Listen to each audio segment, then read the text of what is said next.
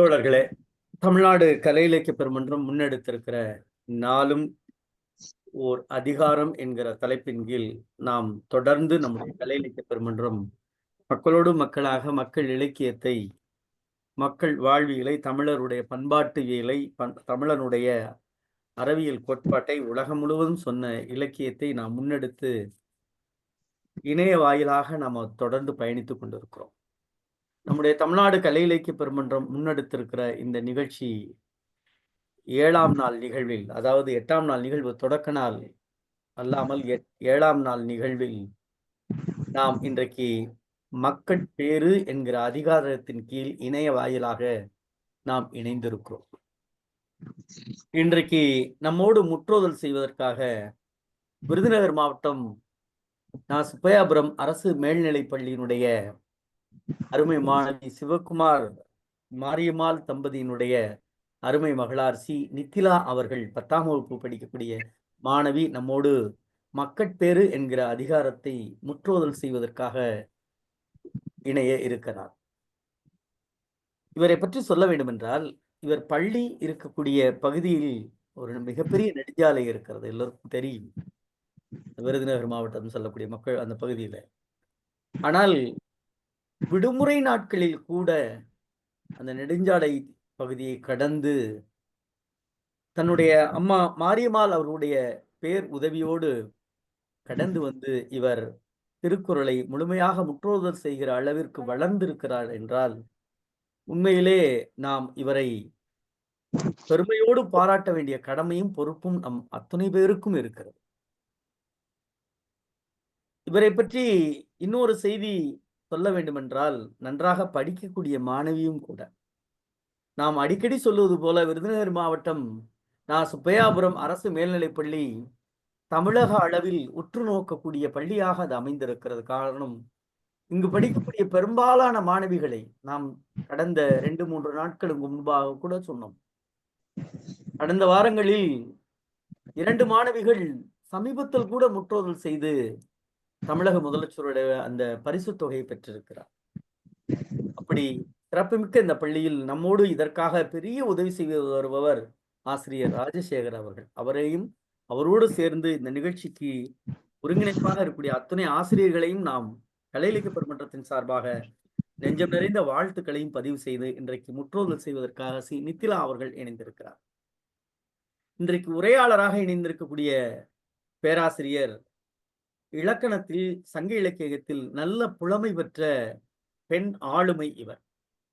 தஞ்சை பல்கலைக்கழகத்தில் முனைவர் பட்டத்தை நிறைவு செய்திருந்தாலும் இன்றைக்கு நம்மோடு தஞ்சை பகுதியில் இருக்கக்கூடிய கல்லூரியில் பேராசிரியராக பணி செய்து தற்பொழுது நான் பணி செய்கிற கல்லூரியில் உதவி பேராசிரியராக ஸ்ரீ சேவியன் அண்ணாமலை கல்லூரி தேவகோட்டையிலே உதவி பேராசிரியராக இருக்கக்கூடிய முனைவர் கா வெண்ணிலா அவர்கள் நம்மோடு உரையாளராக இணைந்திருக்கிறார். இவர் தேவகோட்டையிலே புனரமைக்கப்பட்ட புதிதாக பல்வேறு இடையூறு சிக்கல்களுக்கு இடையில் புதிதாக புனரமைக்கப்பட்ட தேவகோட்டை கிளையிலே மகளிர் சார்பாக பொறுப்பிற்கு வந்த தமிழ்நாடு கலை இலக்கிய பெருமன்ற தேவகோட்டை கிளையினுடைய இணை செயலர் முனைவர் கா வெண்ணிலா அவர்கள் இன்றைக்கு மக்கட்பேறு என்கிற அதிகாரத்தின் கீழ் உரை தருவதற்காக நம்மோடு இணைந்திருக்கிறார். கலை இலக்கிய பெருமன்றம் வெகு விரைவில் தேவகோட்டை கிளை பொங்கல் விழா நடத்த இருக்கிறது, மக்கள் கலை விழாவாக. அந்த விழாவை முன்னெடுத்து நடத்துகிற ஒரு செயற்பாட்டாளராகவும் கலை இலக்கிய பெருமன்ற கூட்டம் 6 மணியிலிருந்து 8:30 நாள் அவர் பிள்ளைகளை கூட்டிட்டு வந்து உட்கார்ந்து முழுமையாக அந்த கூட்டம் நிறைவு செய்த பிறகுதான் போவாங்க. அப்படி சிறப்புக்குரிய பேராசிரியர் வெண்ணிலா அவர்கள் நம்மோடு இணைந்திருக்கிறார். இருவரையும் நாம் நெஞ்சம் நிறைந்த வாழ்த்துக்களோடும் பாராட்டுகளோடும் அழைத்து தற்பொழுது முற்றோதல் செய்ய வருமாறு நம்முடைய அருமை மாணவி நித்திலா அவர்களை சிவகுமார் மாரியம்மாள் தம்பதியினுடைய அருமை மகள் நித்திலா அவர்களை தோழமையோடு அழைக்கின்றோம். தோழமையை வருக, உங்களுடைய திருக்குறள் முற்றோதல் தருக.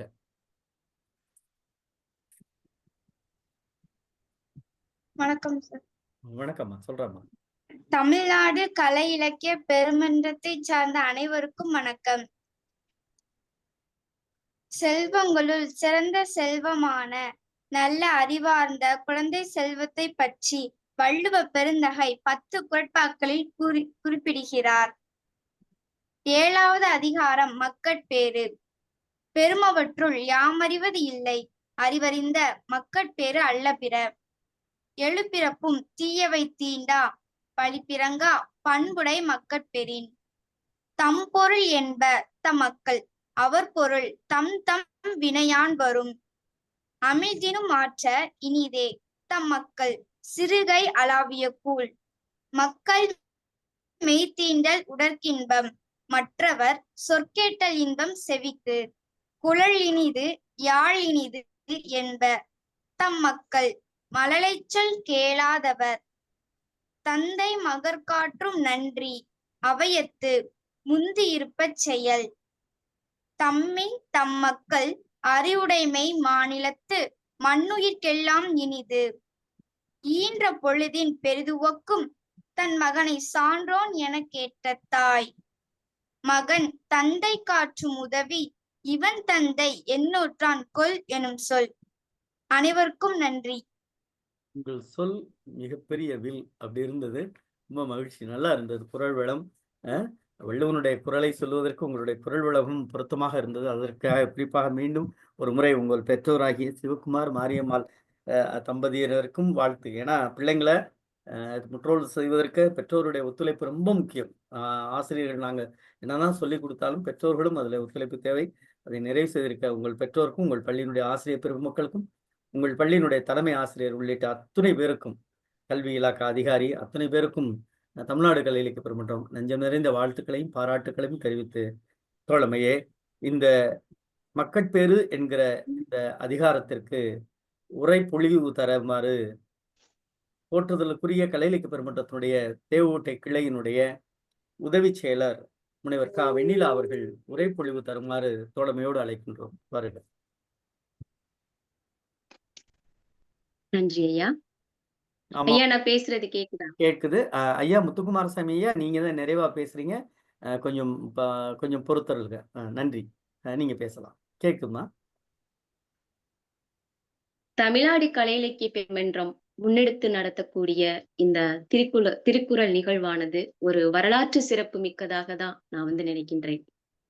ஏனெனில் அறக்கருத்துக்களும் அறநெறிகளும் நம்ம பேச பேசதான் அது எல்லா மனங்களுக்குள்ளேயும் போய் பதியும் என்பது ஐயா மாதிரி ஒரு பெரியவர்களால் கேட்டு அதை செயல்படுத்தணும் அப்படிங்கிறது என்னுடைய விருப்பம்.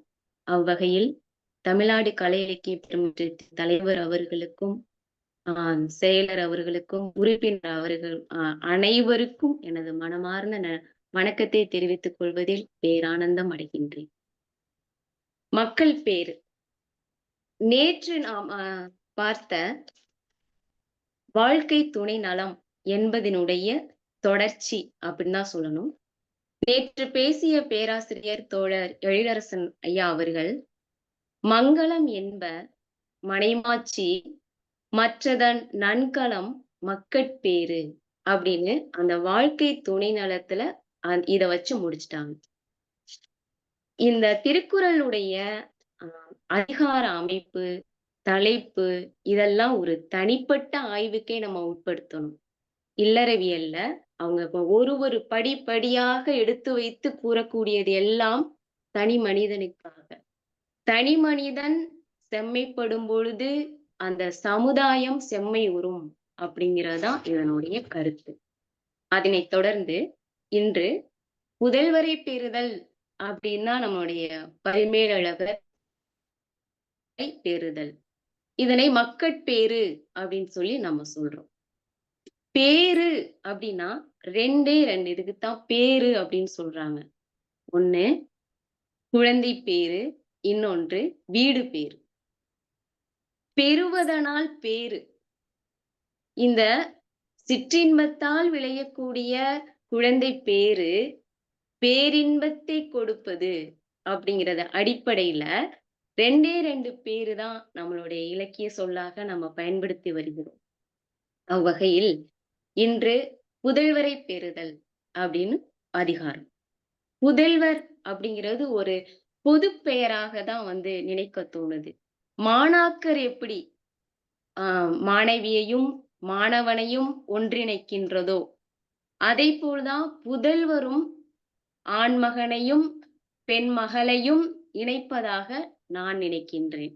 இது தனிப்பட்டதாக ஒரு ஆண்மகனுக்கோ ஒரு பெண் மகளுக்கோ கூறப்பட்டதாக தெரியவில்லை. ஆனால் பரிமேலழகர் மக்கள் என்று சொல்லுவது மைந்தனுக்கு மட்டும் அப்படின்னு இதுல ஒரு ஒரு வார்த்தை கூறப்பட்டுள்ளது.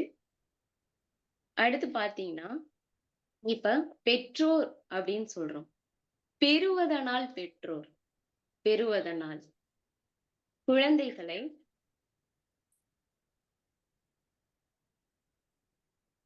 குழந்தைகளை பெற்றதனால் அவர்கள் மூலம் கிடைக்கக்கூடிய நன்மைகளை பெறுவதனால் இவர்கள் பெற்றோர்கள். முதல் குறட்பா பெருமவற்றுள் யாமறிவதில்லை. முதல் குறட்பாவே இது கடைசியாக வைக்கக்கூடிய குறட்பாவோ அப்படின்னு கூட நான் நினைச்சேன். பெருமவற்றுள் யாமறிவதில்லை. வள்ளுவர் சொல்றாரு, உனக்கு எவ்வளவு செல்வங்கள் இருந்தாலும் எனக்கு தெரியலப்பா, இதைவிட பெரிய செல்வம் எதுன்னு எனக்கு தெரியல அப்படின்னு சொல்றாரு. நம்மளுடைய அபிராமி அந்தாதியில 16 வகையான செல்வங்கள் பெறுதல் அப்படின்னு சொல்றாங்க. தண்டலையார் சதகம் மாதிரி அற இலக்கியங்கள்ல என்னென்ன செல்வங்கள் நமக்கு இருக்குது அப்படிங்கிறத சொல்றாங்க. இது எல்லாத்தையும் ஒட்டு மொத்தமாக இணைத்து நம்ம இப்ப இருக்கக்கூடிய மகரிஷி போன்ற விஞ்ஞானிகள் ஒரு 4 வார்த்தையில சொல்லிட்டு போயிட்டாங்க. உடல் நலம், நீலாயுள், நிறை செல்வம், உயர் புகழ், மெய்ஞானம் பெற்று வாழ்தல் சிறந்த பேரு அப்படின்னு சொல்லிட்டு போயிட்டாங்க. இதை விட சிறந்த பேரு வேற எதுவா இருக்கும்னா யோசிச்சு பாக்கிட்டேன். எல்லாத்தையுமே அந்த 16 வகையான செல்வங்களையும் இந்த 4 வார்த்தைக்குள்ள அடக்கி வச்சுட்டு போயிட்டாங்க. இவ்வாறு பெருமவற்றுள் இவ்வகை எவ்வளோ செல்வங்கள் இருந்தாலும் எனக்கு தெரியலப்பா, யாமறிவதில்லை.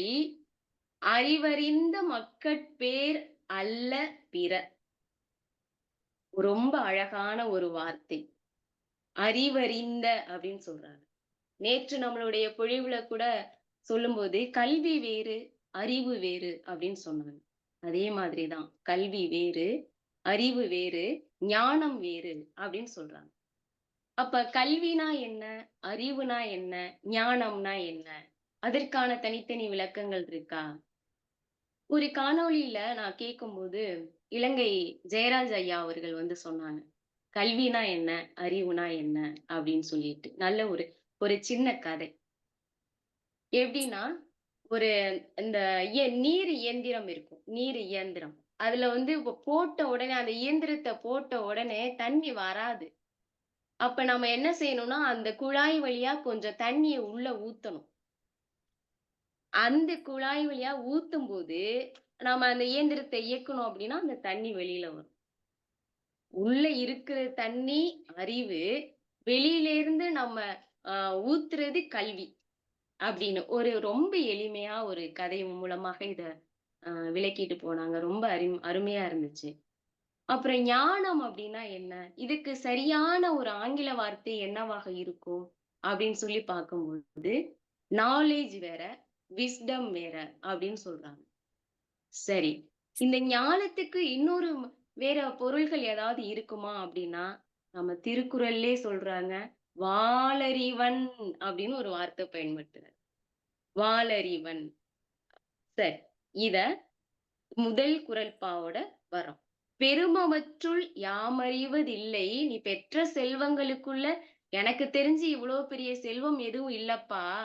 அறிவறிந்த மக்கட்பேர் அல்ல பிற அப்படின்னு சொல்றாங்க. அறிவறிந்த இது இறந்த காலம் அப்படின்னு சொல்றாங்க. அதாவது ஒரு மக்கட்பேறு அப்படின்னா அவனுக்கு 3 கடமை இருக்கணுமா. ஒரு மகன் மகள் யாராக இருந்தாலும் இல்லறத்துக்கு 10 கடமைகள் சொல்றாரு. இல்லறத்துல நீ வரணும் அப்படின்னா ஒரு 10 கடமைகள் உனக்கு இருக்கணும் அப்படின்னு. இங்க புதல்வரை பெறுதல் அப்படிங்கிறது முனிவருக்கு செய்யணும், தேவர் கடன் செய்யணும், முக்கியமாக தென்புலத்தார் கடன் செய்யணும் அப்படின்னு சொல்றாரு. சரி. தென்புலத்தார் கடன் ஆண்கள் மட்டும்தான் செய்யணுமா? பெண்கள் செய்யக்கூடாதா? அந்த சூழல் இன்னைக்கு மாறிடுச்சு. பெண்களும் செய்றாங்க. அந்த நம்ம வள்ளுவர் இயற்றப்பட்ட காலங்கள்ல, வள்ளுவம் இயற்றப்பட்ட காலங்கள்ல வேணா ஆண் மகன் முக்கியத்துவமாக இருந்திருக்கலாம். ஆனா இன்றைய காலகட்டத்திற்கு எல்லாருக்கும் பொதுவானதாக இருக்கிறது. அதை வைத்து இத சொல்றாரு முதல் குறள்ல, பெருமவற்றுள் யாமறிவதில்லை அறிவறிந்த மக்கட்பேர் அல்ல பிற.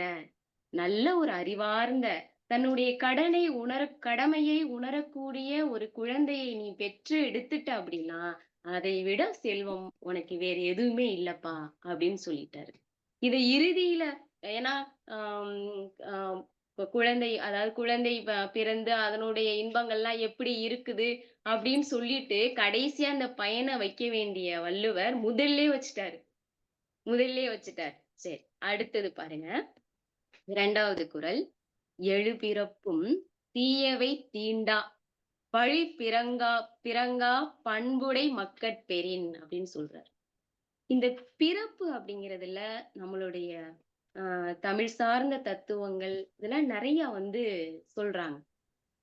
என்ன சொல்றாங்க?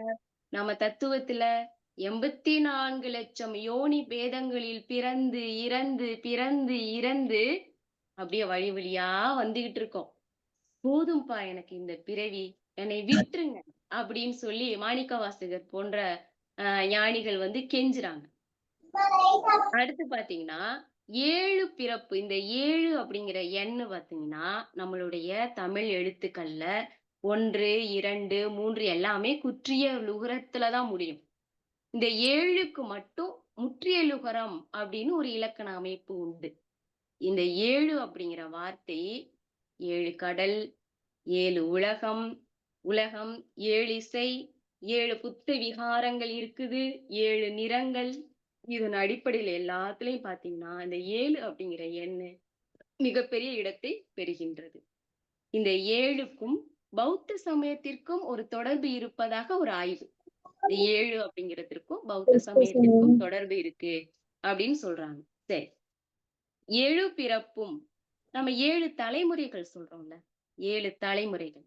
நம்ம அறிவியல் விஞ்ஞானிகள் கூட இப்ப 7 நம்ம எத்தனை பிறவிகள் எடுத்திருந்தாலும், எத்தனை தலைமுறைகள் எடுத்திருந்தாலும், நம்மளுடைய இந்த 7 தலைமுறைகளுக்குள்ள இருக்கக்கூடிய அந்த ஜீன் இருக்குல்ல, அமைப்பு, இந்த ஜீன் தான் நமக்கு அதிகமா இருக்கும். அத வச்சுதான் நம்மளுடைய செயல்கள், நல்ல செயலாக இருந்தாலும் கெட்ட செயல்களா இருந்தாலும் அந்த ஜீன் தான் நம்மளை இயக்குது ஒரு 75% அப்படின்னு சொல்றாங்க. அந்த 7 தலைமுறைகளையும் நம்ம தமிழ்ல வச்சிருக்காங்க. பாருங்க, என்னன்னா நாம இருக்கோம், நம்மளுடைய தாய் தந்தை, அதுக்கு மேல 3 பாட்டன் பாட்டி, பூட்டன் பூட்டி, ஓட்டன் ஓட்டி, சேயோன் சேயோல், பரன் பறை. 7 தலைமுறைகளை வரிசையா வச்சுட்டாங்க. அதன் அடிப்படையில இந்த 7 பிறவிக்கும் உனக்கு தீமையே வராதுப்பா. எப்ப நீ நல்ல அறிவுடைய குழந்தையை அவனுடைய கடமையை உணர்ந்து செய்யக்கூடிய ஒரு மக்கள் பேரு உனக்கு ஒரு குழந்தை பிறந்துருச்சு அப்படின்னா உனக்கு அந்த 7 பிறவிக்கும் எந்த துன்பமும் இல்லை. இது மறுமைக்கு சொல்றாரு, இன்மைக்கு சொல்லல. அடுத்ததுல உனக்கு எந்த இதுதான் சொல்லுவாங்க கல்வியிலையும் 7 ஒரு ஒருமைக்கண் தான் கற்ற கல்வி எழுமையும் ஏமா புடைத்துன்னு சொல்லுவாரு. இந்த ஒரு பிறவியில நீ நல்லா படிச்சுட்ட அப்படின்னா 7 பிறவிக்கும் உனக்கு தொடர்ந்து வருதுன்னு சொல்றாங்கல்ல. அதே மாதிரி இதுல இந்த 7 பிறப்புக்கும் உனக்கு தீமை அண்டாது, உன்னை கெட்ட செயல்கள் கூட உன்னுடைய எண்ணத்திலிருந்து தோன்றாது, நல்ல புதல்வரை நீ ஈன்றெடுத்தாள் அப்படின்னு சொல்றாரு. முதல்ல பயன் சொல்லிட்டாரு, 2வது மறுமைக்கான பயன் சொல்றாரு. அதுக்கு அடுத்து பாத்தீங்கன்னா தம் மக்கள், இந்த குறளை கொஞ்சம் மாத்தி படிக்கணும். தம்பொருள் என்ப தம் மக்கள் அப்படின்னு இருக்கு இல்லையா, அதுல முதல்ல தம் மக்கள் தம்பொருள் என்ப சொல்றாரு அப்படின்னு சொல்றாங்க. என்னுடைய மகன், என்னுடைய மகள், என்னுடைய பொருள் என்ப அப்படின்னு சொல்றாங்க.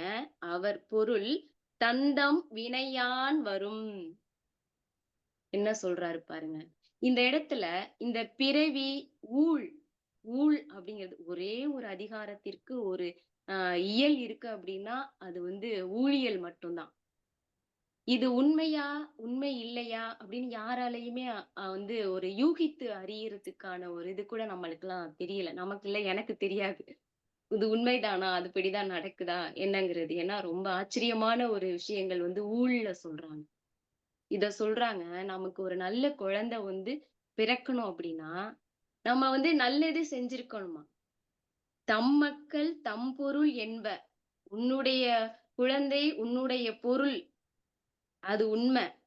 அவர் பொருள் தந்தம் வினையான் வரும். அந்த பொருள் அவனுக்கு உனக்கு எப்படி கிடைக்குதுன்னா நீ செய்த வினையினாலதான் வரும். அப்ப நல்ல செயல் செய்திருந்தீனா உனக்கு நல்ல மக்கட்பேறு கிடைக்கும். தீய வினையில இருந்திருந்தீனா உனக்கு தீமையானதுதான் வரும். இத வந்து முற்பிறவி, இப்பிறவி, மறுபிறவின்னு சொல்லுவாங்க. சஞ்சீதம். ஆஹ் எனக்கு அது சரியா தெரியல, மன்னிக்கணும். சரி, அடுத்து பாருங்க. அடுத்து 4வது குறள். இது எல்லாமே முதல்ல பயன், 2வது வந்து மறுமை பயன் சொல்லிட்டாங்க. 4வது குறள்ல என்ன சொல்றாரு பாருங்க. அமிழ்தினும் ஆற்ற இனிதே. அந்த சொல்றாங்கல்ல, இதுக்கு நிறைய இந்த வார்த்தைகள் வந்து பயன்படுத்தியிருப்பாரு வள்ளுவர். அதுல மிக ஒரு நல்ல ஒரு குறள். இந்த குறளை மட்டும் நம்ம நினைவுல வச்சுக்கிட்டோம் அப்படின்னாவே நமக்கு திசை மாறக்கூடியதெல்லாம் எதுவுமே இருக்காது. ஒழுக்கம் விழுப்பம் தரலான், ஒழுக்கம் உயிரினும் ஓம்பப்படும். ஒரு மனிதனுக்கு இந்த பிறவியில திரும்ப மீண்டும் கிடைக்காதது ஒன்றே ஒன்றுதான், அவனுடைய உயிர் மட்டும்தான். அந்த உயிரை விடவும் சிறந்தது எதா? ஒழுக்கமானது அப்படின்னு சொல்றாரு. அமிழ்தம் சாவா மருந்து. அமிழ்தம் சாவா மருந்து. இறப்பே கிடையாது, இளமை நீடிக்கும் அப்படிலாம் சொல்லி வச்சிருக்கோம். அமிழ்தினும் மாற்ற, அவ்வளோ பெரிய, அதை விட பெரியது எது தெரியுமா? இனிமை எது தெரியுமா? தம்மக்கள் சிறுகை அளாவிய கூழ். எவ்வளோ ரசனை பாருங்க.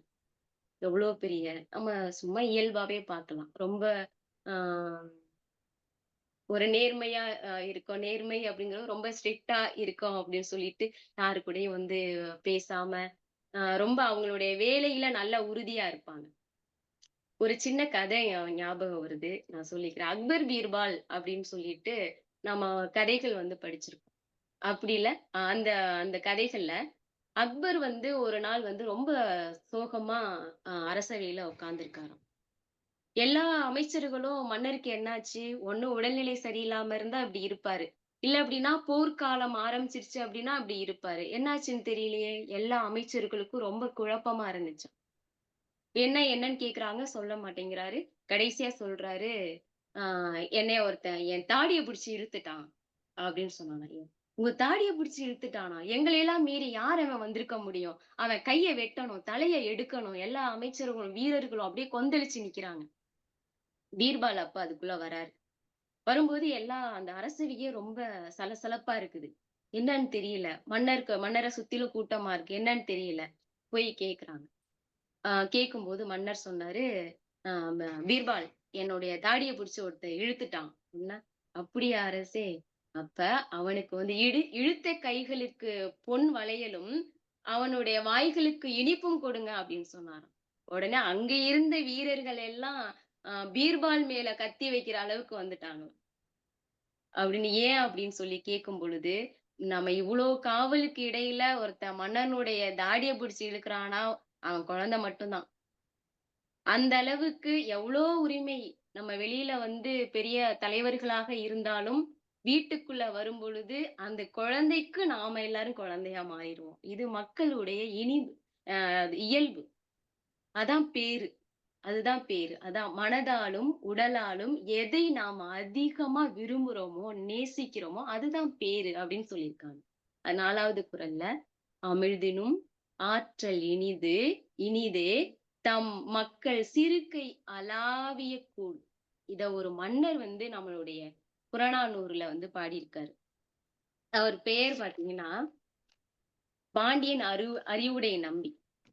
படைப்பு பல படைத்தும் பலரோடு உண்ணும் உடைப்பெரும் செல்வர் ஆயினும் இடைப்பட குறு நடந்து சிறுகை நீட்டி இட்டும் தொட்டும் கவ்வியும் துழந்தும் நெய்யுடை அடிசில் மெய்ப்பட விதிர்த்தும் மயக்குறு மக்களை இல்லோர்க்கு பயக்குற இல்லை தாம் வாழும் நாளே அப்படின்னு சொல்றார்.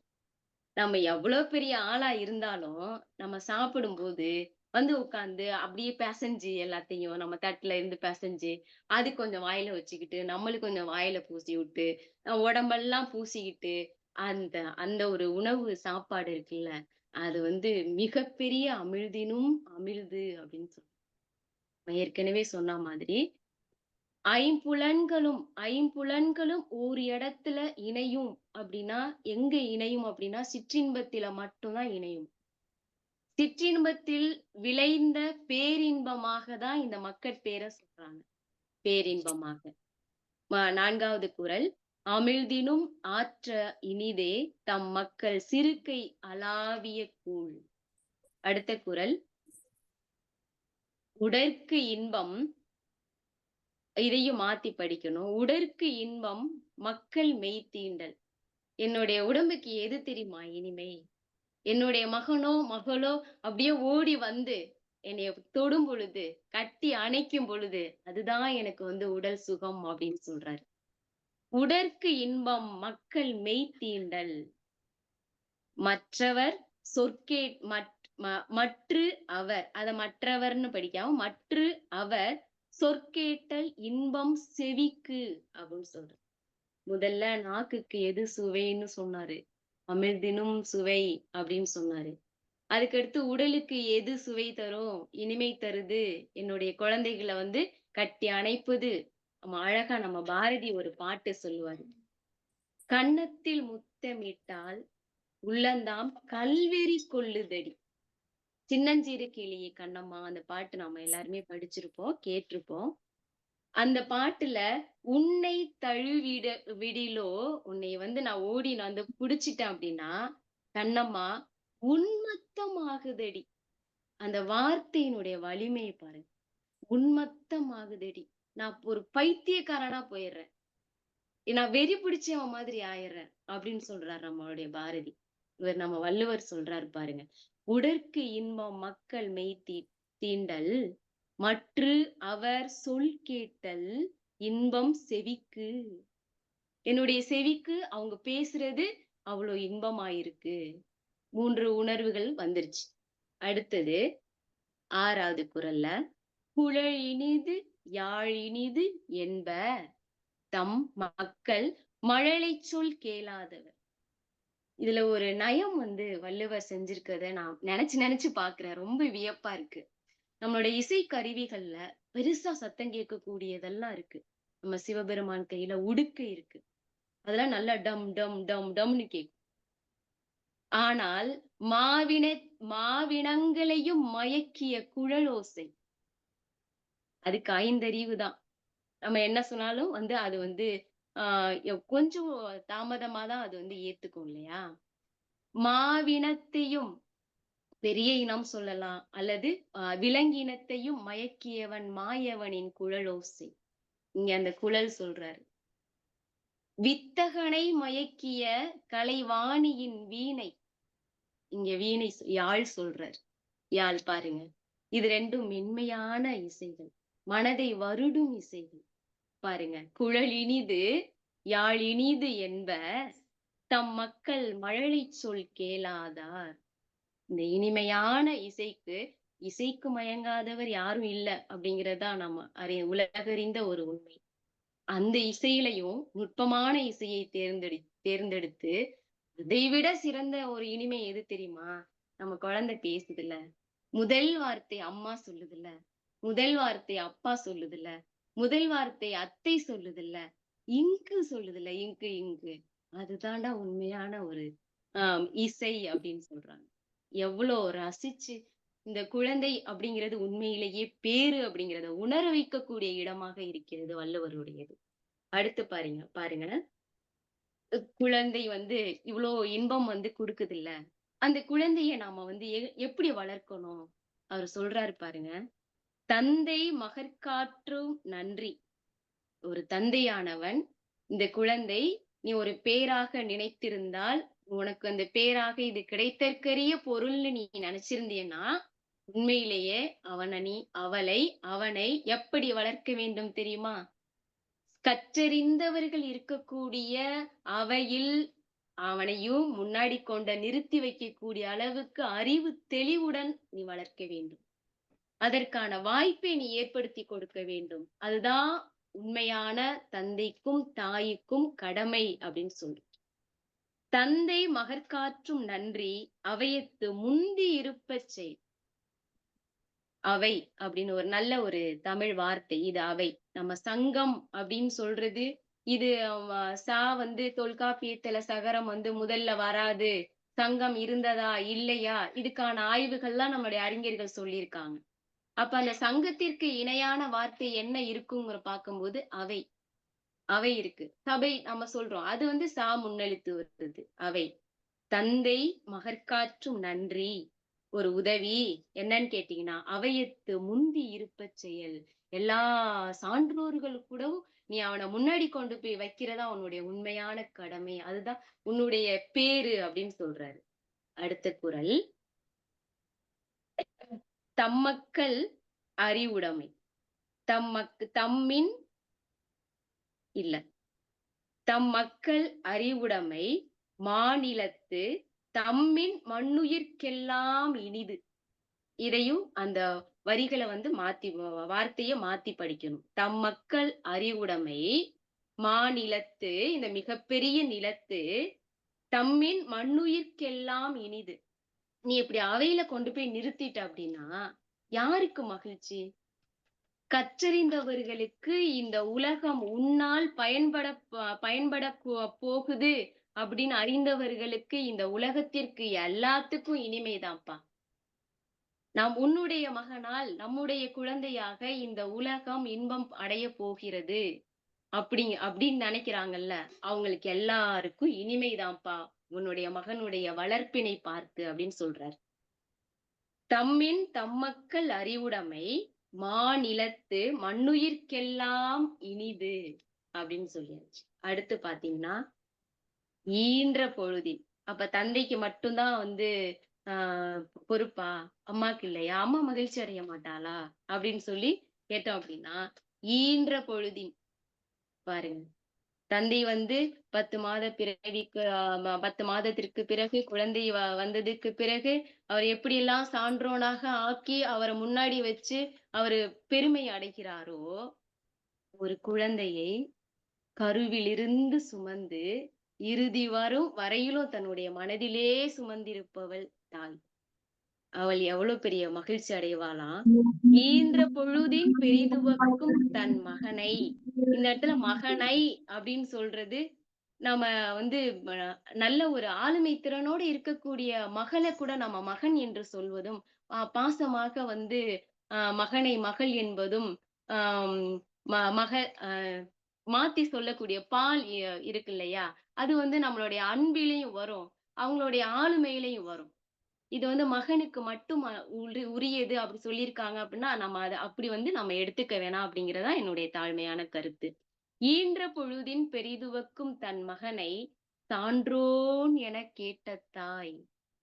சான்றோன் இவனும் அவையில இருந்து இந்த உலகுக்காக தனக்கும் பிறருக்கும் பயனுடையவனாக இருக்கக்கூடிய ஒரு மகனை ஈன்றெடுத்ததை நினைத்து தந்தைக்கும் பெருமிதம், தாய்க்கும் பெருமிதம் அப்படின்னு சொல்றாங்க.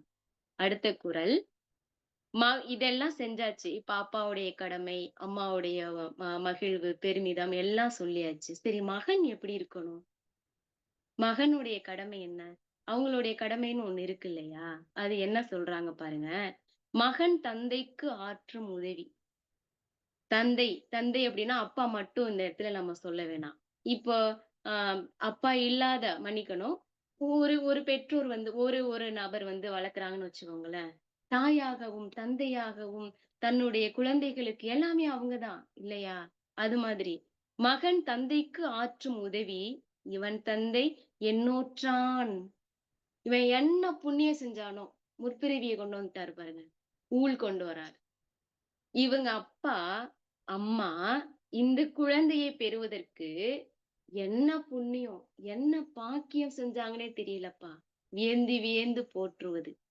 நம்ம அப்துல் கலாம் நினைச்சு பாருங்க. அவங்க அப்பா, அம்மா என்ன புண்ணியம் செஞ்சாங்களோ தெரியல. நம்ம நாட்டுக்கு எவ்வளவு செஞ்சுட்டு போயிருக்காரு.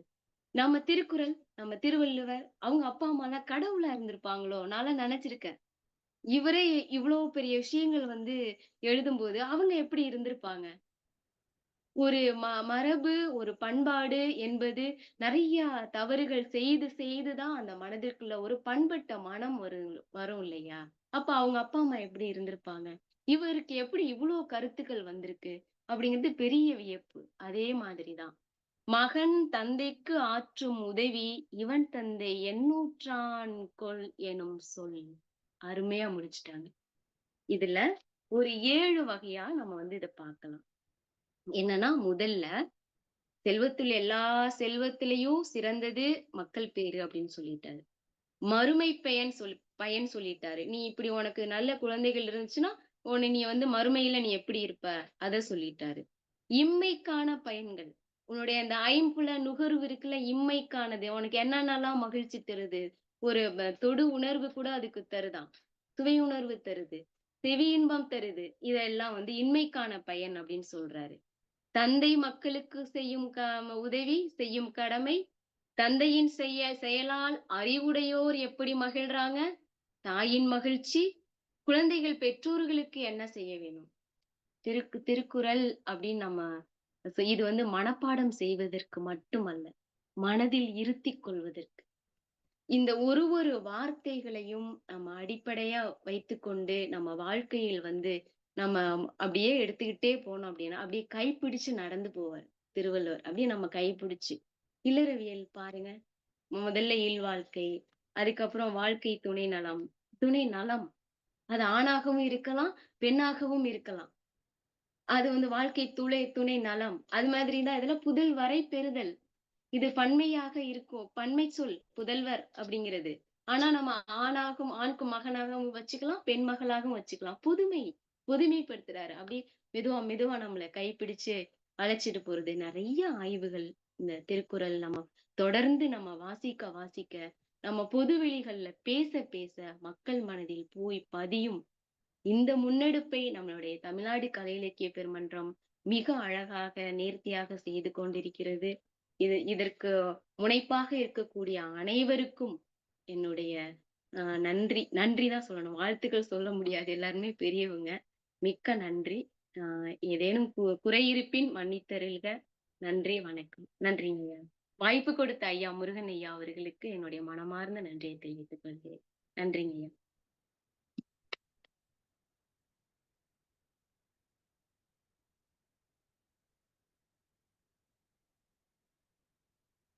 ஐயா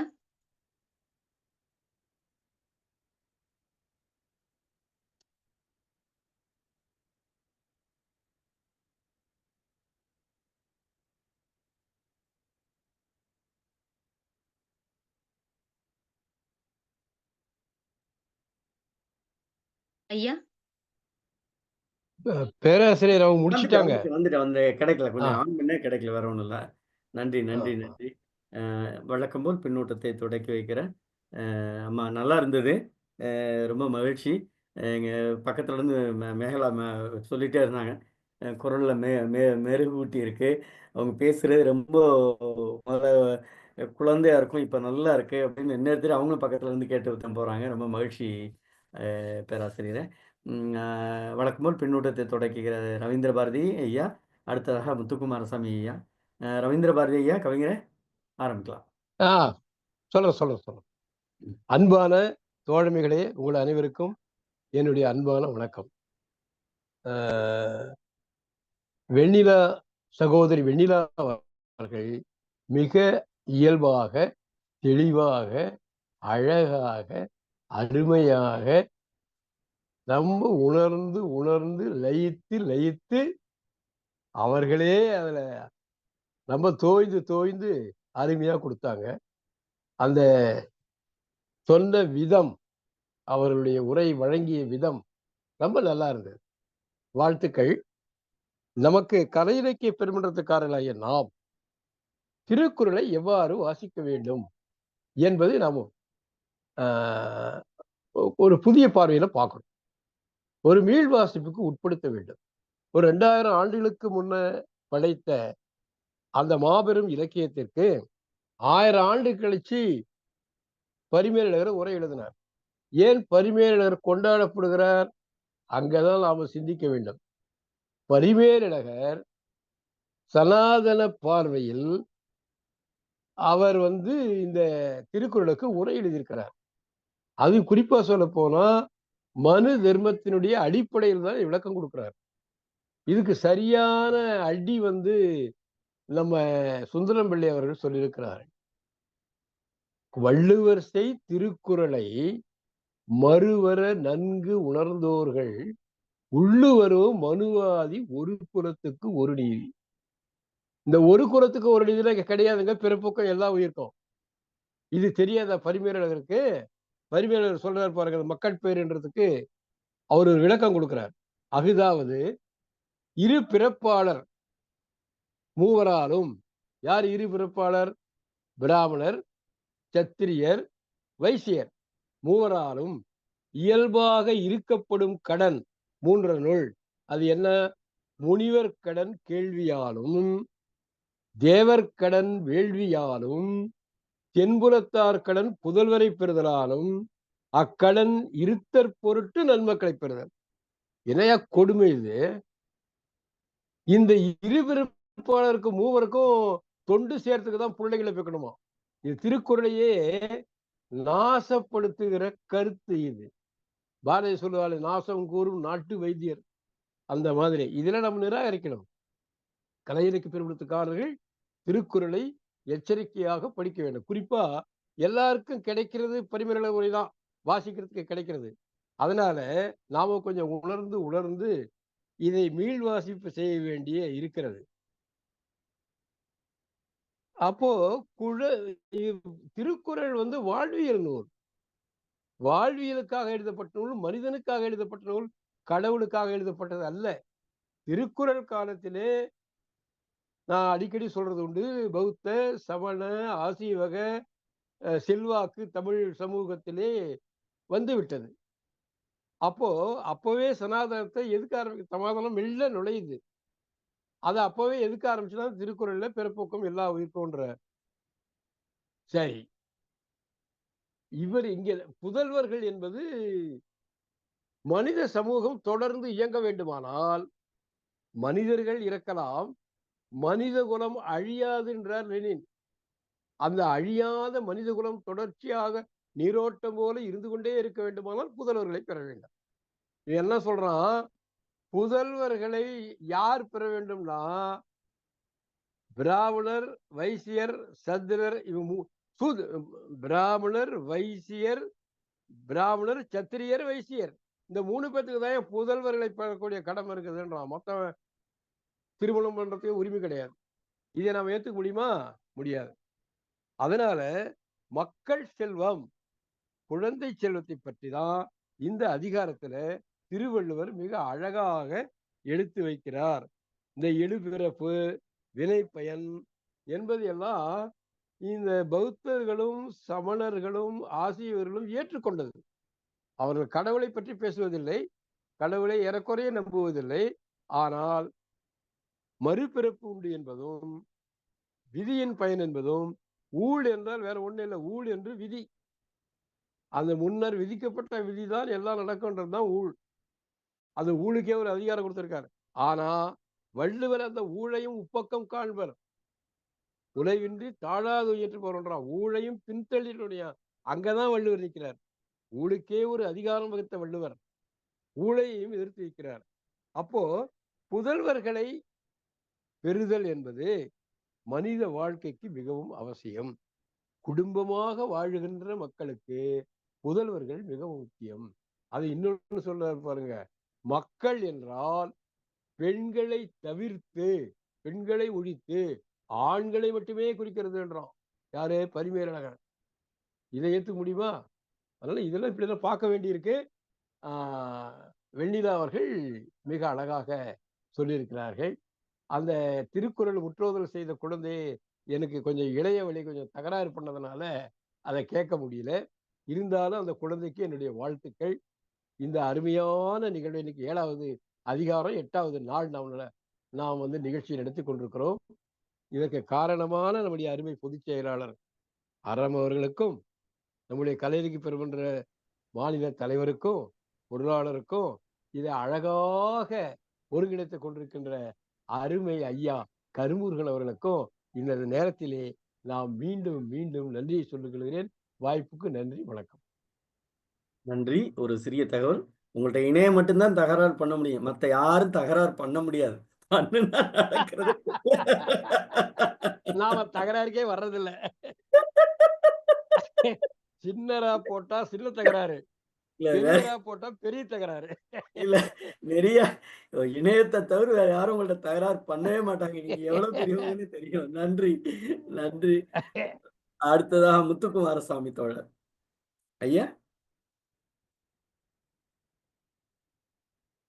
முத்துக்குமாரசாமி ஐயா.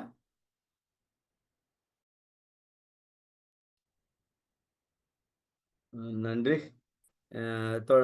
ஐயா வந்துட்டாங்க. முத்துக்குமாரசாமி ஐயா. ஐயா வணக்கம். பேசுங்க பேசுங்க. குரல் கேக்குதுல? நல்லா இருக்கு. குரல் பதிவு நல்லா இருக்கு. தமிழ்நாடு கலை இலக்கிய பெருமன்ற தலைவர் மதிப்புக்குரிய கங்கா ஐயா அவர்களுக்கும், மன்றத்தின் பொதுச் செயலாளராக 68-70ஆம் குறளுக்கு பொருளாக விளங்குகின்ற மதிப்புக்குரிய அறம் ஐயா அவர்களுக்கும், இதை ஒருங்கிணைத்து கொண்டிருக்கின்ற மதிப்புக்குரிய திரு கரு முருகன் அவர்களுக்கும், விளக்கங்கள் பல தந்து நமது ஐயங்களை தீர்த்து வைக்கின்ற மதிப்புக்குரிய ரவீந்திர பாரதி ஐயா அவர்களுக்கும், மற்றுமுள்ள ஆண்டோர்கள் சான்றோர்கள் அனைவருக்கும் எனது அன்புடன் கூடிய பணிவான வணக்கங்களை தெரியப்படுத்திக் கொள்கிறேன்.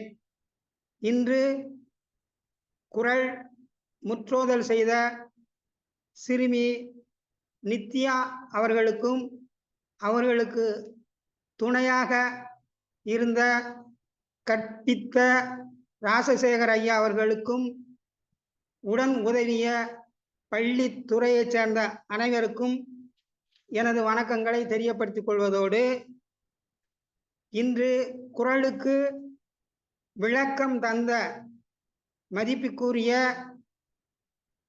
வெண்ணிலா அவர்களுக்கும், அவர்களை நான் வெண்ணிலா என்று நான் சொல்லுவதை விட எனக்கு என்ன தோன்றுகிறது என்றால், கல்வி கடவுளாகிய சரஸ்வதியே விளக்கம் சொல்வது போன்று மிக அழகாக தெளிவாக மிகவும் அருமையான அளவில் இருந்தது என்பதை நான் தெரியப்படுத்திக் கொள்கிறேன். எனக்கு ஒரு சில ஐயப்பாடுகளும் ஒரு சில கருத்து விளக்கங்களை மட்டும் குறுகிய நேரத்தில் தெரியப்படுத்திக் கொள்ள விரும்புகிறேன். இந்த அதிகாரம் மக்கள் பேறு என்று இருக்கிறது. நமது வெண்ணிலா அவர்கள் சொல்லும்போது, மக்கள் ஐம்புலங்களுக்கும் இன்பம் தருபவர்கள், அவர்கள் ஐம்புலத்தின் இன்பத்தினால் வரப்பெற்றவர்கள். அதாவது 111வது அதிகாரம் புணர்ச்சி மகிழ்தல், அதுல முதல் குறள் என்னவென்றால், கண்டு கேட்டு உண்டு உயிர்த்து உற்றறியும் ஐம்புலனும் ஒன்றொடி கண்ணே உள. ஐம்புலத்தினால் வந்த குழந்தை ஐம்புலன்களுக்கும் இன்பம் தருகிறது என்ற பொருள்ல அவங்க சொன்னாங்க. ரொம்ப மகிழ்ச்சி, உண்மையும் கூட. ஆனால் இந்த மக்கள் பேர் என்று வருவது எனக்கு வருகின்ற ஐயம். அதை நீங்கள் யார் வேண்டுமானாலும் விளக்கம் தரலாம். மக்கள் பேரு என்று சொல்கிறார்கள் துறவரம் பூண்டவர்கள், இல்லற வாழ்க்கையில் ஈடுபடாதவர்கள், அவர்களுக்கு குழந்தை என்பது வாய்ப்பு இல்லை, மக்கள் பேர் என்பது வாய்ப்பில்லை. அப்படி என்றால் இந்த மக்கள் பேர் தான் இன்பம் தருகிறது என்றால் அவர்கள் மாசு உள்ளவர்களா, குறை உள்ளவர்களா? இப்ப அப்துல் கலாம் இருக்காரு, காமராஜர் ஐயா இருக்காரு, வள்ளலார் இருக்கிறாரு, முத்துராமலிங்கம் இருக்கிறார், துறவரம் பூண்டவர்கள் இருக்கிறார்கள். அவர்கள் எல்லாம் எந்த வகையை சார்வார்கள், அவர்களுடைய பொறுப்பு என்ன அப்படிங்கிறத பற்றி கொஞ்சம் என்னுடைய ஐயப்பாடு. அது பற்றியும் சொன்னால் நன்றாக இருக்கும் என்று எண்ணுகிறேன். மேலும்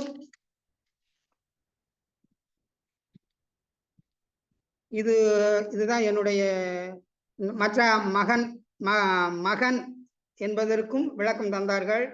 7 பிறப்பு என்பதற்கும் விளக்கம் தந்தார்கள். மிக்க நன்றி.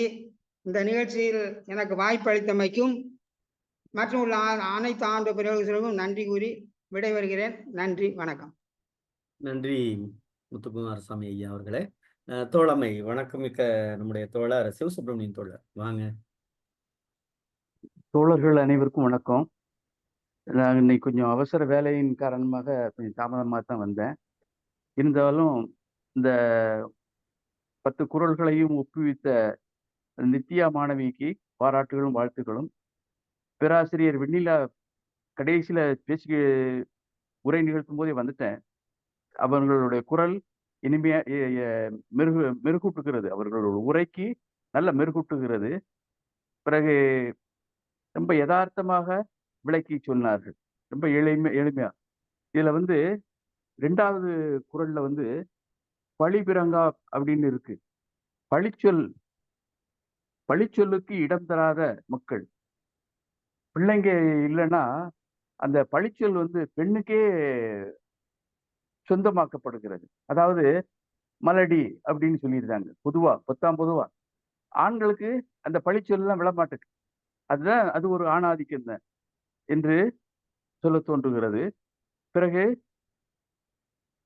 4வது பாடல், அமிழ்தனும் ஆற்ற இனிதே தம் மக்கள் சிறுகை அளவிய தூள் கூழ் அப்படிங்கிறதுல இந்த குறளை அடிப்படையை வச்சுதான் புறநானூற்றில் ஆரியப்படை கடந்த நெடுஞ்செழியன் அந்த பாடலை பாடியிருப்பாப்புன்னு நினைக்கிறேன். அது வரும், இட்டும் தொட்டும் கவியும் துளன்றும் உழன்றும் நெய்யுடைய அடிசில் மெய்பட பெயர்த்து அப்படின்னு வரும். அந்த பாடல் இதை வச்சுதான், இந்த திருவள்ளுவர் பாடலை வச்சுதான் எழுதியிருக்கிறார் என்றே சொல்ல தோன்றுகிறது. அடுத்து 10ஆம் கல்விக்கு தந்தை அப்படின்னு 10ஆம் சொல்லிடுறாங்க. ஆனா கல்விக்கு இருவருக்கும் பொறுப்புண்டு. பிள்ளைங்களுடைய படிப்புல இருவருக்கும் பொறுப்புண்டு, சிறப்புண்டு, பெருமை உண்டு என்று சொல்ல தோன்றுகிறது. அடுத்து அதுவும் குறிப்பா ஒரு குடும்பத்துல ஒரு பெண் படிச்சுட்டா அந்த குடும்பமே கல்வி குடும்பமாக, பல்கலைக்கழகமாக திகழும் என்று சொல்லுவார்கள். அதனால கல்விக்கு இருவரையும் சேர்த்த தந்தைன்னு சொல்லக்கூடாது அப்படின்னு நான் நினைக்கிறேன். அடுத்து மேலும் இந்த பேராசிரியர் வெண்ணிலா அவர்களை நெஞ்சார பாராட்டி வாழ்த்துகிறேன். வாய்ப்புக்கு நன்றி. நன்றி தோழமையே. அரசெல்வி அம்மா. அனைவருக்கும் வணக்கம்.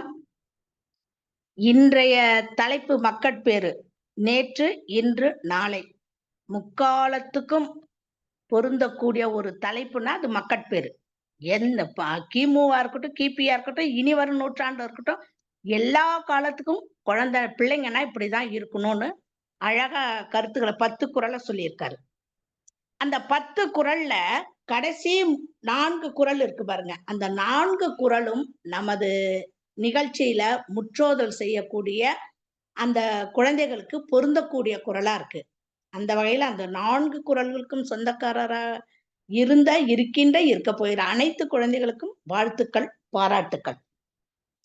இந்த 10 குறள்ல பிறக்கிறதுல இருந்து மனிதனாக ஒரு முழு மனிதனாக வடிவெடுக்கிற வரைக்கும் எப்படி இருக்கணும்னு வள்ளுவர் சொல்லியிருக்காரு.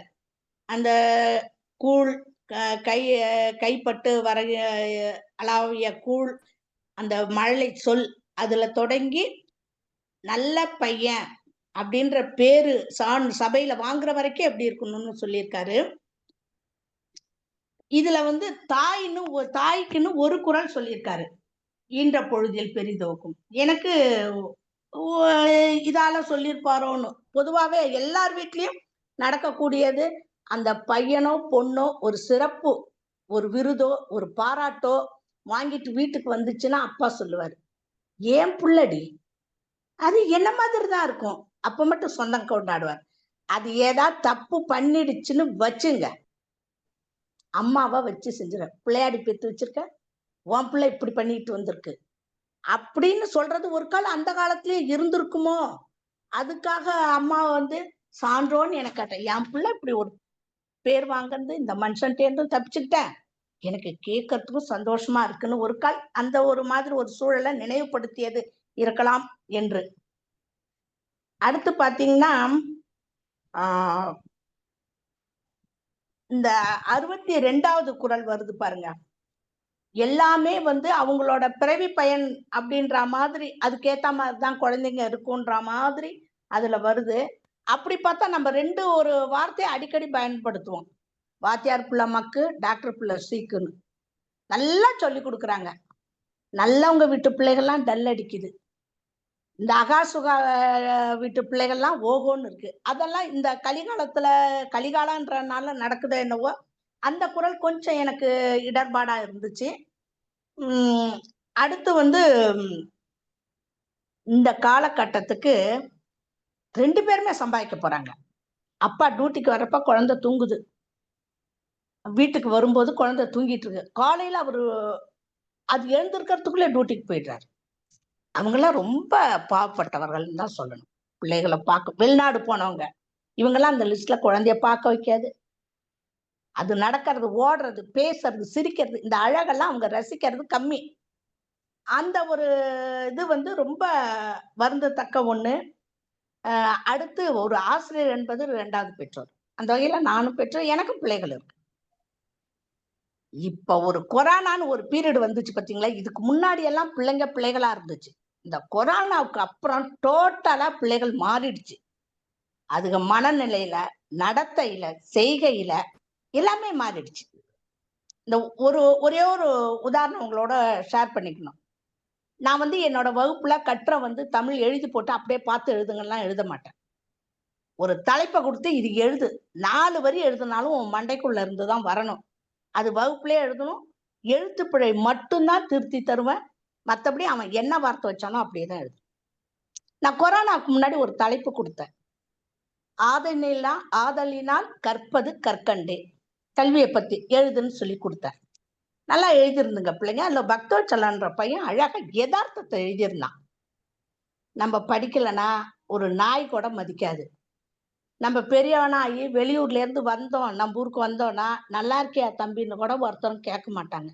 அதே படிச்சு ஒரு வேலையில இருந்தோம்னா வணக்கம் தம்பின்னு நமக்கு வணக்கம் சொல்லுவாங்க. நம்ம வந்து பெரிய வீடு கட்டலாம், நம்ம அம்மா அப்பாவை ரொம்ப நல்லா பார்த்துக்கலான்னு ஒரு அருமையான பாயிண்டா எழுதிருந்தோம். அவனை இறை வணக்க கூட்டத்துல எல்லாம் பாராட்டி பரிசே கொடுத்தோம். நல்லா எழுதுங்க, சொந்தமா தான் எழுதும். இப்போ நான் மே மாசம் ஓய்வு பெற்றாலும் எங்க பள்ளியில வந்து தலைமை ஆசிரியர் போடல. 2வது எங்க பள்ளியில என்னை விரும்பி கூப்பிட்டாங்க. அதனால நான் இப்ப போயிட்டு இருக்கேன் ஒரு சேவை மனப்பான்மையோட. அந்த ஜூலை மாசம் கட்டுரை கொடுக்கணும், கொடுப்போமே. அப்பயே பசங்க நல்லா எழுதுனானுங்க, இப்ப எழுதாமலா விடுவானுங்க, என்னென்ன கருத்து அள்ளி வழங்க போறானுங்கன்னு அதே தலைப்பு அது 7வது பையனுக்கு கொடுத்தேன் கொரோனாவுக்கு முன்னாடி. இப்ப 8வது பையனுக்கு இந்த ஆண்டு கொடுத்தேன் ஜூலைல. ஆதலினால் கற்பது கற்கண்டே, எழுதுங்கடா அப்படின்னு எழுதி அடுக்குனாங்க. ஒருத்தன் எடுத்த விட்டு ஒரு நோட்டை திருத்தினேன், 2வது வரியிலே எழுதியிருந்தான் பாருங்க, நாம படிச்சாதான் நல்ல பொண்ணா நமக்கு கல்யாணம் பண்றது கிடைக்கும்னு எழுதியிருந்தான். அட பாவிகளா அப்படின்னு நினைச்சிட்டு அதை விட்டுட்டு நல்லா படிக்கிறவன் அதை எடுப்போம், இவன் தான் திருத்தி கோபம் வருதுன்ட்டு நல்லா படிக்கிற பையன் நோட்டை எழுதியிருந்தான். அவனும் கொஞ்சம் எழுதிட்டு வந்து முடிவரைக்கு முன்னாடி எழுதுனான் பாருங்க. நம்ம பொண்ணு பார்க்க போனோம்னா மாப்பிள்ளை என்ன படிச்சிருக்காருன்னு கேட்பாங்க, அதுக்காவது நாம எல்லாரும் படிச்சாகணும், அதுக்காக நீங்க எல்லாம் அவசியம் படிங்க அப்படின்னு எழுதியிருந்தான். அட பாவிகளா, கொரோனாவுக்கு முன்னாடி வந்து விழுந்த கருத்து என்ன, கொரோனாவுக்கு அப்புறம் அதே தலைப்பை கொடுத்தா இப்படி எழுதுறானுங்களே. மாணவர்களை கட்டுப்படுத்த முடியல, ஒண்ணு சொல்ல முடியல, ஆஸ்திக்கு ஒண்ணு ஆசைக்கு ஒண்ணுன்னு வச்சுக்கிட்டதுனால பெற்றோர்களாலும் கட்டுப்படுத்த முடியல. பெற்றோர் சொல்லி பிள்ளைகள் கேட்ட காலம் போய் பிள்ளைகள் சொல்லி பெற்றோர்கள் கேட்கிற காலம் ஆயிடுச்சு. இந்த காலகட்டத்துல இப்படியெல்லாம் வள்ளுவர் சொன்ன மாதிரி பிள்ளைகள் அமைஞ்சா உண்மையிலே வரம் தான். அவர் சொன்னது வரம் தான். ரொம்ப சிக்கலான சமூகத்துல பிள்ளைகளை வளர்ப்பு என்பது ரொம்பவே கஷ்டமா இருக்கு. என்ன பண்ணுதுன்னு பெற்றோருக்கு தெரியல. 2 பேரும் வேலைக்கு போயிடுறாங்க. பிள்ளை ஸ்கூல் விட்டு வர்றா, வந்தா படிக்கிறா போறா, இவ்வளவுதான். என்ன நடக்குதுன்னே தெரிய மாட்டேங்குது. 8வது வரைக்கும் தாங்க பிள்ளைகள் பெற்றோருக்கும் டீச்சர்ஸ்ங்களுக்கு கட்டுப்படுது. 9வது போனான்னா என்னதான் அவன் மண்டைக்குள்ள ஏறும்னு தெரியாது. இப்படி திரும்பிட்டு போவான். டேய் அப்படின்னாதான் வணக்கம்மா வணக்கம், தெரியுதுரான்னு. அதனால பிள்ளைகள்லாம் இந்த காலகட்டத்துல அணுகிறது ரொம்ப கஷ்டமா இருக்கு. என் பிள்ளை கொல்லி போட இருந்தா போதுன்ற நிலைமைக்கு பெற்றோர்கள் இருக்காங்க. அதனால பெற்றோர்கள் வசதி இருக்கு இல்ல அது 2ஆம் பட்சம், சொத்து இருக்கு இல்ல 2ஆம் பட்சம், நல்ல பண்புகளை முதல்ல கற்றுக் கொடுக்கணும் பெற்றோர்கள்.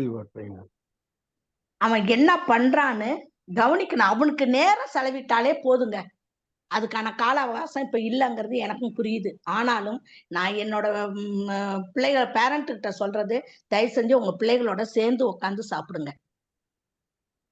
ஒரு 10 நிமிஷம் அவனுக்காக செலவு பண்ணுங்க. ஸ்கூல் விட்டு வந்தா பள்ளிக்கூடத்துல என்ன நடந்துச்சுன்னு மட்டும் கேளுங்க, போதும். அவன் நல்லவனா வந்துருவான்னு சொல்லுவோம். அது மாதிரி இந்த மக்கட்பேறு அருமையானது. இதுக்கு முன்னாடி எல்லாம் பரீட்சைக்காக தான், உண்மை அதுதாங்க. நான்லாம் பரீட்சைக்காக தான் திருக்குறளை மனப்பாடம் பண்ணி மார்க் வாங்கிட்டு வந்தேன். இந்த நிகழ்ச்சிக்கு அப்புறம் தான் ஒவ்வொரு அதிகாரத்திலையும் எத்தனை அந்த 10 குறளையும் படிக்கிறேன், அதை பகுத்து பார்க்கிறேன். எந்த குறளுக்கு முக்கியத்துவம் இருக்கு, எதுல ஆழமான கருத்து சொல்லியிருக்காங்கன்னா அந்த மாதிரிலாம் நான் கொஞ்சம் எனக்கு தெரிஞ்ச அளவுக்கு அதை பகுத்து பார்க்கக்கூடியது இந்த நிகழ்ச்சியாலதான். அதனால இந்த நிகழ்ச்சிக்கு ரொம்ப நன்றி. அடுத்து வெண்ணிலாமா பத்தி சொல்லலாம். வெண்ணிலாமா ரொம்ப ரொம்ப அருமை. நீங்க எளிமை, உங்க சொல் எளிமை, உங்கள் கருத்து எளிமை, உங்க நடை எளிமை, உங்கள் குரல் எளிமை, அனைத்தும் எளிமை. சூப்பரோ சூப்பர். உங்களுக்கு வாழ்த்துக்கள், பாராட்டுக்கள். நன்றி, வணக்கம். நன்றி அம்மா. கணேசன் சாத்தூர் தோழர். தோழர்கள் அனைவருக்கும் வணக்கம்.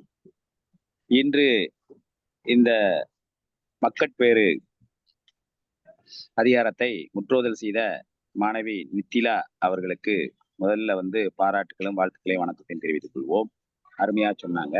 அதேபோல் வெண்ணிலா பேராசிரியர் அவர்கள் ஒரு நிலவு வெண்ணிலவாக இருக்கும்போது இந்த பூமியில் எவ்வளவு தூரத்திற்கு அந்த ஒளியை, தெளிந்த ஒளியை கொடுக்குங்கிற மாதிரி அவர்கள் இந்த 10 குறளையுமே அவ்வளவு தெளிவாக விளக்கி சொன்னார்கள். மிகவும் அருமையாக இருந்தது. அவர்களுக்கு பாராட்டுகள், வாழ்த்துக்கள், வணக்கமும்.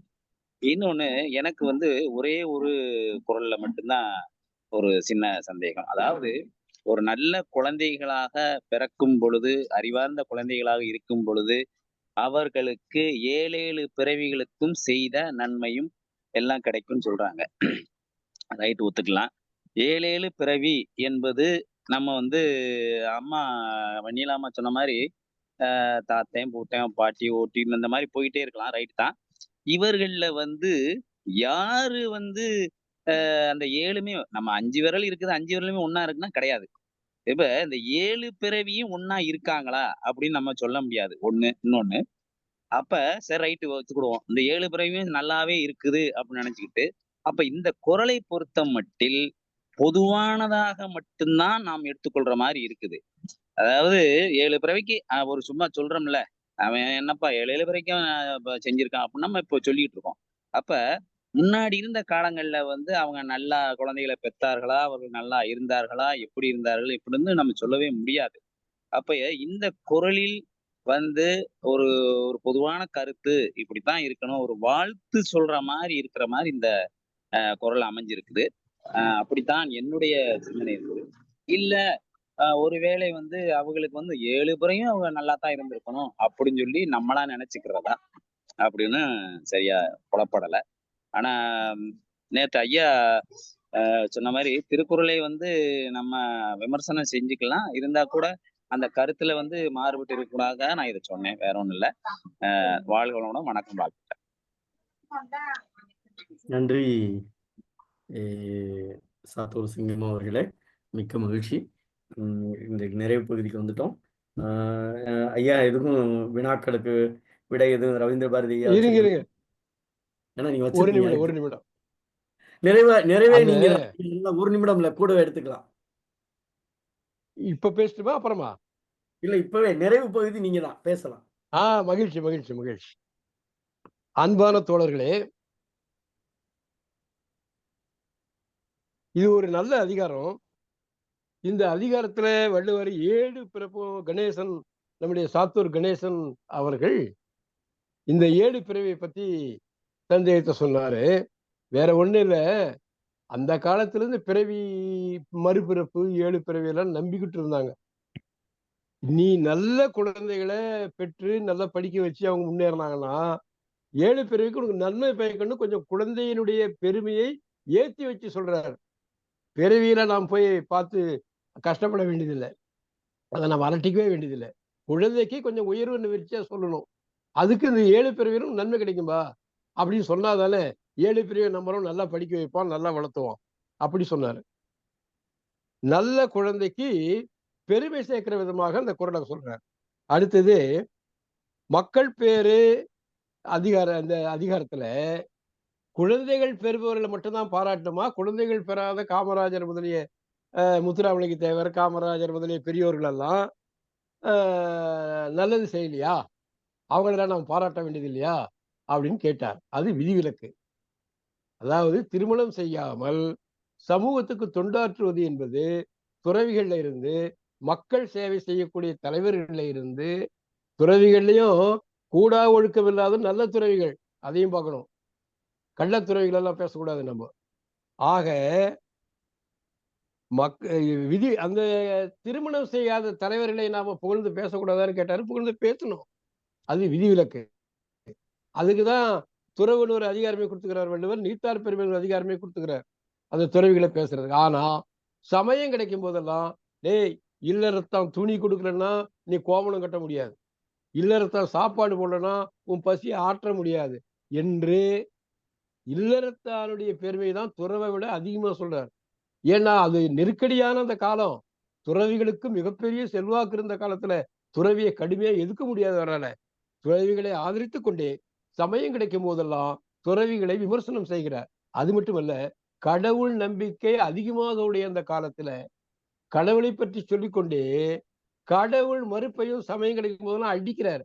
பறந்து கெடுக இவ்வுலக ஏற்றால். என்னடா கடவுள்னே லட்சக்கணக்கான மக்களை வறுமையிலையும் பசியிலையும் விட்டுட்டு ஒரு சிலர் மக்களும் வசதியானவங்களா படைச்சிருக்கிறியே, ராத்திரி சாப்பாடு சாப்பிடாம படுத்தான்னா அவன் பசியோடு ஒருவன் படுத்தானாகில் அப்படி படைத்திருக்கிற கடவுளே நாசமா பறந்து கெடுகன்றார். இதைத்தான் பாரதியார் சொல்றாரு. இரவு உணவு எடுக்காமல் பசியோடு படுக்கின்ற இருக்கிற ஊரிலே செல்வர்கள் எல்லாம் திருடர்கள்னார், பூசாரிகள் தான் அயோக்கியர்கள்னார். அந்த மாதிரி சமயங்கள் திருக்குறளை எப்படி பார்த்தீங்கன்னா அது ஒரு வாழ்வியல் நூல். எந்த சமயத்திலும் அவர் இல்லறத்தை தான் அன்பும், நம்ம கங்கா அவர்கள் சொன்ன மாதிரி அன்பும் அறனும் உழைத்தாயின் இல்வாழ்க்கை பண்பும் பயனும். அது அன்பும் அறமும் தான் திருக்குறள் நீரோட்டமா இழைஞ்சு கொண்டிருக்கிறது. அங்கங்க துறவிகளை புகழ்வாரு, அங்கங்க விதியை பேசுவாரு, அங்கங்க ஊழ பேசுவாரு. அப்புறம் இந்த நன்மையை கொஞ்சம் மேம்படுத்தி செய்வதற்காக நல்ல புதல்வனை பெற்றால் நீ 7 பிறப்பிக்க நன்மை அடைவான்னு சொல்றார். வினைப்பயன நம்பிக்கை உடையவர். ஆனா அதே சமயத்துல ஊழையும் உப்பக்கம் காண்பர். ஊழை கூட நம்மளால் தடுக்க முடியும், நீ அயராமல் உழைத்தாயானால். அப்போ உழைப்புக்கு முக்கியத்துவம் கொடுக்கிறார். இப்படித்தான் நாம பார்க்கணும் வள்ளுவரை. வள்ளுவரை நுணுகி நுணுகி ஆராய்ந்து பார்க்கிற பொழுது அவர் நம்முடைய வாழ்க்கையை நேசிக்கிறார், மனிதகுல வளர்ச்சியை நேசிக்கிறார், மனிதகுலம் சிறப்பாக வாழ வேண்டும் என்று நேசிக்கிறார். அதனாலதான் அவரு காமத்துப்பால் எழுதுறதே காரணம் அது துறவை எதிர்த்துதான். இந்த உலகம் அழிஞ்சு போயிடும், எல்லாரும் சாமியார போனா என்ன வருது, உலகம் அழிஞ்சு போயிடும். அந்த ஈன்ற பொழுதின் பெரிதுவக்கம் தன்மகனை சான்றோன் என கட்டத்தாய். இந்த குறளை சொல்லணும்.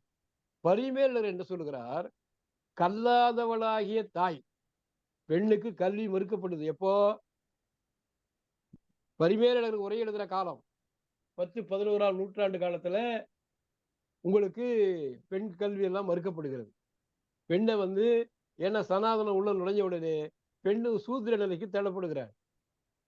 பெண் வந்து அசுத்தமானவளாக கருதப்படுகிறாள். அவளுக்கு மாதவிடாய் வருவதனால அது இயற்கையின் வெளிப்பாடு, அது உடலில் ஏற்படுகிற ஒரு விளைவு. அது போய் நீ தீட்டுன்னு சொல்றியே, தூய்மை தீட்டு, இதுதான் உங்களுக்கு பிரிவினை உண்டாக்குறது. எது? தீண்டுதல், தீண்டாமை. தீண்டாமை உருவாக்குறது எங்க இருந்து? சுத்தம் அசுத்தம் என்பதிலிருந்து ஆரம்பிக்குது. அப்போ ஈன்ற பொழுதின் பெரிது உவக்கும் தன் மகனை சான்றோன் என கேட்டது. அதுக்கு என்ன சொல்றாரு வள்ளுவர்னா, கல்லாதவளாகிய அந்த தாய் தன் மகன் சான்றோன் என்பதெல்லாம் தெரியாதவளுக்கு, ஆனா பிறர் சொல்லுவதை கேட்டு, எம்மா உன் மகன் பெரிய அறிவாளிமா, கற்றறிந்தோர் அவையிலே அவன் எவ்வளவு மிக பிரமாதமாக பேசுகிறான், எவ்வளவு ஆழ்ந்த கருத்துக்களை எல்லாம் சொல்லுகிறான், இந்த சமுதாயம் முன்னேறுவதற்கான கருத்துக்களை எல்லாம் வச்சிருக்கிறாமா என்று சான்றோன்னு சொன்ன பிறகு அவ அன்னைக்கு மகனாக பெற்ற காலத்தில், பேறு காலத்துல பெற்ற மகிழ்ச்சியை காட்டிலும் அதிக மகிழ்ச்சி அடைந்தான்னு பரிமேலழகர் எழுதுறார். ஆனா கடவுள் நம்பிக்கையுடைய வஉசி அவர்கள் என்ன சொல்லுகிறார் என்றால், தாய் கற்றவள். வள்ளுவர் சங்க காலத்துல 40 கிட்டத்தட்ட 30-30லிருந்து 40 வரைக்கும் பெண்பார் புலவர் இருக்கிறாங்க. அவங்கள படிக்காமலேயே வந்தாங்க. அதுவும் சாதாரண குடும்பத்துல பிறந்த குயவர் தொழில் செய்த வெண்ணி கொய்த்தியார், மருத்துவன் தாமோதரனார், நாட்டு மருந்து செய்யற ஒரு நாட்டு மருத்துவர் அவர் ஒரு கவிஞர், கூலவாணியின் சீத்தலை சாத்தனாரு, தானிய வியாபாரம் பண்றவன், மருத்துவம் தொழில் செய்யறவன், மண்பானை செய்யக்கூடிய தொழிலிருந்து வந்தவங்க, இப்படி சாதாரண குடும்பத்திலிருந்து வந்தவங்க எல்லாம் படிச்சிருக்கிறாங்களே. இப்போ கல்வி மறுக்கப்படுதே இல்லையா? எனவே வள்ளுவர் வந்து கல்லாத தாயை பத்தி சொல்லலைங்க. அவள் ஏற்கனவே படித்தவள், கற்றவள்.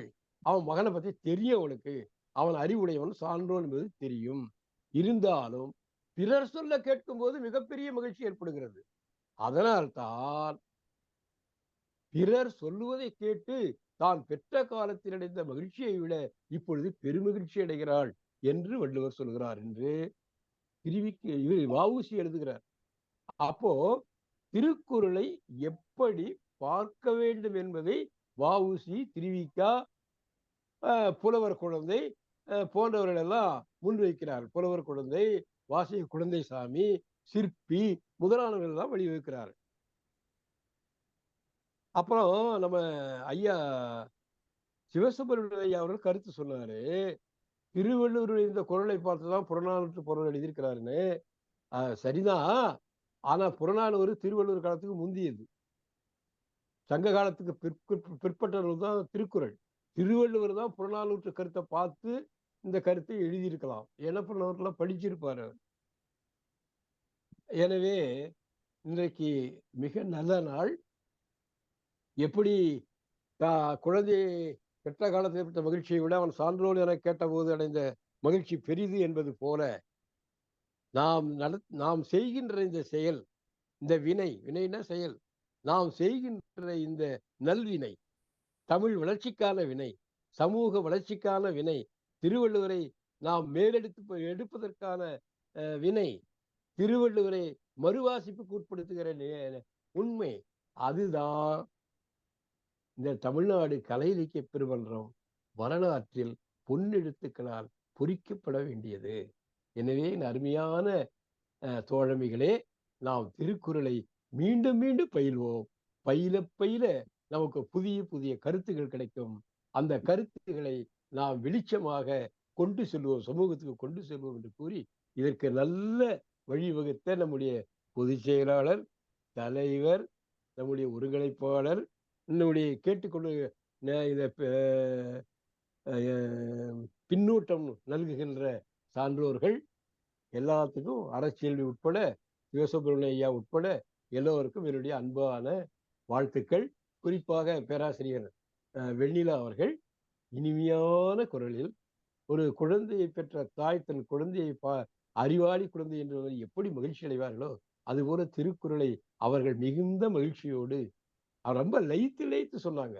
அதனால நல்லா இருக்குது. மகிழ்ச்சி, அவர்களுக்கும் மகிழ்ச்சி. அதாவது ஆண்களோடு பெண்களும் சரிநிகர் சமானமாக அறிவுலகத்திலும் விளங்குகிறார்கள் என்பதற்கு இது எடுத்துக்காட்டு. அம்மா நீங்கள் வாழ்க. அனைவருக்கும் நன்றி, வணக்கம். கவிஞர் அவர்களே, துரை அழகுராணி அம்மாங்கிற பேர்ல கை உயர்த்திருக்கீங்க. ஏன்னா நிறைவு பகுதிக்கு வந்துட்டோம். எதுவும் சொல்றீங்களா? சொல்றேன்னா ஒரு 2 நிமிஷம் எடுத்துக்குமா?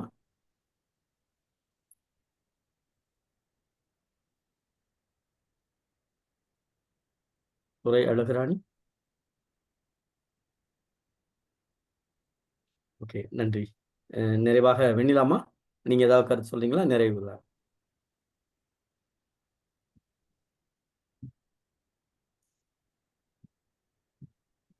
மைக் ஆன் பண்ணிட்டு பேசுங்கம்மா. கருத்துரை பின்னூட்டம் வழங்கிய ஆளுமைகளுக்கு எனது நன்றியை தெரிவித்துக் கொள்கிறேன். இதுல ஐயா முத்துக்குமாரசாமி ஐயா அவங்க வந்து கேட்டிருந்தாங்க, மக்கட்பேறு அப்படிங்கிறது இந்த மாதிரி தலைவர்களுக்கெல்லாம் நிறைய தலைவர்கள்லாம் இருக்காங்க இல்லையா, அவங்களுக்கெல்லாம் வந்து மக்கள் பெறாதனால அவங்க வந்து பாக்கியம் செய்யலையா அவங்களாம் அப்படின்னு சொல்லி ஒரு கேள்வி. மக்கட்பேறு அதாவது பெரும் மகிழ்ச்சி அப்படிங்கறதுதான் இத சொல்றாங்க. அதாவது மக்கட்பேறு வீடு பேரு அப்படின்னு சொல்றாங்க. ஒரு மனிதனுக்கு ஐம்புலன்களும் எதில் ஒன்றி போகிறதோ அதுதான் அவனுக்கு உண்மையான மகிழ்ச்சி. இப்ப இல்லறத்தில் இருக்கக்கூடியவனுக்கு இந்த கடமைகள்லாம் சொல்றாங்க. இல்லறத்துல இருக்கக்கூடிய இல்வாழ்க்கை, இல்லறவியல்ல இல்வாழ்க்கை, வாழ்க்கை துணை நலம், மக்கட்பேறு, அன்புடைமை, விருந்தோம்பல், இனியவை கூறல், இதெல்லாம் அப்படியே படிப்படியா கொண்டுட்டு போறாங்க. அந்த மாதிரி தலைவர்களுக்கெல்லாம் அவங்களுக்கு அருளுடைமைன்னு ஒரு அதிகாரம் சொல்லியிருக்காங்க. அருள், அன்பு வேறு, அருள் வேறு. நம்ம எல்லாரும் தெரிந்ததுதான். என்னுடைய குழந்தை விழுந்துருச்சுன்னா, ஐயோ என் குழந்தை விழுந்துருச்சேன்னு ஓடி போய் தூக்குறது அது என்னுடைய அருள். ஆனா அவங்கெல்லாம் அதையும் அன்பு. ஆனா அதெல்லாம் அதையும் அவங்க தாண்டி பொதுமக்கள் எல்லாரையும் தன்னுடைய குழந்தையாக ஏற்றுக்கொண்டு ஒரு கடமையை செய்யறாங்கல்ல, அவங்களுக்கெல்லாம் அருளுடைமை. அருள், அவங்க கிட்ட இருந்ததெல்லாம் அருள் அப்படிதான் சொல்ல தோணுது. நன்றிங்கய்யா. பழி அப்படிங்கிறதுக்கு நான் வந்து பழினா நான் அதோடைய வேர்ச்சொல் எங்கேருந்து வந்திருக்கோம் அப்படின்னு சொல்லி தேடி பார்க்கும் பொழுது, பழி ஒரு பக்கம் பாவம் ஒரு பக்கம் அப்படின்னு சொல்லுவாங்க. பழி ஒரு பக்கம் பாவம் ஒரு பக்கம். யார் ஒருத்தன் வந்து குற்றம் செய்யாமல் ஒரு தீங்கு அவனுக்கு வருதோ அதுதான் பழி அப்படின்னு ஒரு கருத்தை பார்த்தேன். யாரெல்லாம் வந்து குற்றம் செய்யாமல் இத வந்து முன்பிறவி பின்பிறவி இப்பெல்லாம் அது சொல்றாங்க இல்லையா, தவறே செய்யாம ஒரு தண்டனை நம்மளுக்கு கிடைக்குது அப்படின்னா அது பழி அப்படின்னு வந்து சொல்றாங்க. சரி, அது அழகா ஐயா சிவசுப்பிரமணியன் ஐயா வந்து அந்த பழி அப்படிங்கிறதுக்கு சொன்னாங்க. அரைச்செல்வி அம்மா வந்து பிள்ளை வளர்ப்பை பத்தி ரொம்ப இன்றைய காலத்திற்கு பிள்ளை வளர்ப்பு தான் ரொம்ப கடுமையா இருக்கு. ஏன்னா அந்த சமூகத்துல பிள்ளைகளை எப்படி கொண்டு போறோம் அப்படிங்கறது, பிள்ளைகளை பார்த்து நம்ம வந்து இரக்கப்பட வேண்டிய சூழல்ல இருக்கோம். அந்த அளவுக்கு நம்மளுடைய சமுதாயம் ரொம்ப வளர்ந்து கொண்டும் வருது ஒரு பக்கத்துல ரொம்ப நம்ம குழந்தைங்களை பின்னோக்கி அழைச்சிட்டு போறதும் அந்த சமுதாயத்துல நம்ம செய்யறோம். அது ரொம்ப கவனமா கையாள வேண்டியதா தான் இருக்குது. இது உளவியல் நிறைந்த நிறைய கூறுகளாக நம்ம குழந்தைகளை பார்க்க வேண்டும். அம்மா அவர்களுக்கு நன்றி. கணேசன் ஐயா வந்து ஒரு 7 பிறவி அப்படின்னு சொல்லி கேட்டாங்க. பண்பெனப்படுவது பாடறிந்து ஒழுகல் அப்படின்னு நம்மளுடைய இலக்கியத்துல பதிவாயிருக்கு. ஒரு பண்பு ஒரு சமுதாயத்துல உருவாகுது அப்படின்னா அவன் நிறைய தவறுகள் செஞ்சு செஞ்சு அத வந்து இது சரிங்கிறத கொண்டுட்டு வர்றாங்க. அது மாதிரிதான் இந்த பண்பு அப்படிங்கிறது 7 பிறவிக்கும் அந்த ஒரு 7 பிறவியிலையும் இது சரி இது தப்பு இது சரி இது தப்புன்னு அந்த மனம் பண்படுது பாருங்க, அந்த மனம் பக்குவம் அடையுது இல்லையா, அததான் இங்க சொல்றாங்களோன்னு எனக்கு தோணுது. நன்றிங்க ஐயா.